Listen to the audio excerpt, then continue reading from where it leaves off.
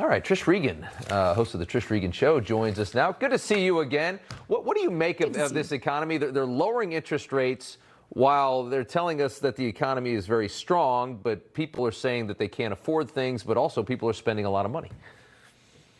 Yeah, I mean, it's kind of like, what's going on? Typically, you don't lower rates if the economy is doing really well. So on the one hand, things are looking good. I mean, you had really good second quarter GDP numbers. You have a low unemployment, or 4.44% unemployment. That's really low. We got inflation finally, Rob, coming down. I mean, how long was that going to take? It was like, boom, presto, Trump comes into office, and what do you know? Energy prices start going down. You get gas that's below $3 a barrel. But here's the problem. Like, people don't feel really good because guess what? Prices were up like 22% overall with Joe Biden in office because he did everything you could possibly think of wrong. It's like the Seinfeld episode. Like anytime he and his economic team thought to do anything wrong, they should have done the exact opposite, but they didn't. Okay, so they really, really screwed us up.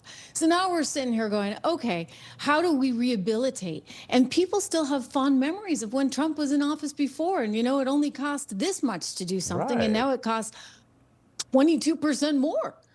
And that's why I keep saying. You have that sort of sentiment where people are looking back and remembering that. Here's what I would say. Good for the Fed.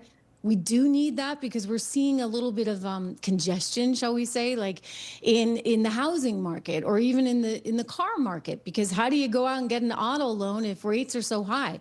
You can help alleviate that by having lower interest rates. So that was the right move. We should probably get another one out of them and maybe another one. We hope this doesn't get too political because there's some members of the Federal Reserve that don't really want to do anything to help Donald Trump's economy ahead of midterms. Yeah, they were talking on CNBC this morning, and the host Kernan said, unequivocally that the problem we're having right now was Democrats' fault. I mean, that's the reason that we're up 22%. That was Joe Biden's rate of inflation. That's why everything's so expensive. I think people expected Trump was going to come back and everything was going to go back to 2019 cheap. That doesn't happen. We stay here. No, we just grow at a regular expected level, a moderate level, and that's what it is. And that I think is a lot of the problem with the messaging from the White House.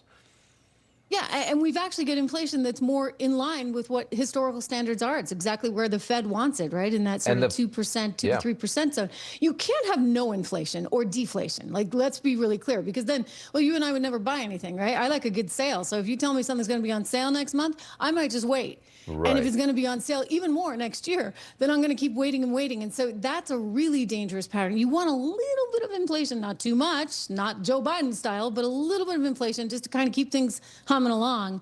And that's what we've got now. So thank you, right, to President Trump and the strong economic policies and the great team led by Bessent. They don't. Just phenomenal. They don't get that. People think it's gonna. People think that the prices are gonna go because it's like, damn, a house costs so much money. But let's I mean, that's what I think. I think what would really make people feel better is if there was a way to get housing prices down, which I think deportations helps. I think reducing regulations is going to help make more homes, but this is going to take a while. I mean, that's going to take a few years to build houses, to get them up, and to get housing to come down to, I think, a regular level. I don't think housing can sustain at this level. Maybe it will, but to me, it's crazy that the price of a house has doubled and the wage of everybody else has gone up 5 or 10%. How are people holding on to these mortgages? But I would say this, to Donald Trump's credit, wages have started to go up again. We're seeing nice, healthy wage growth that is above inflation. So that's a really good sign.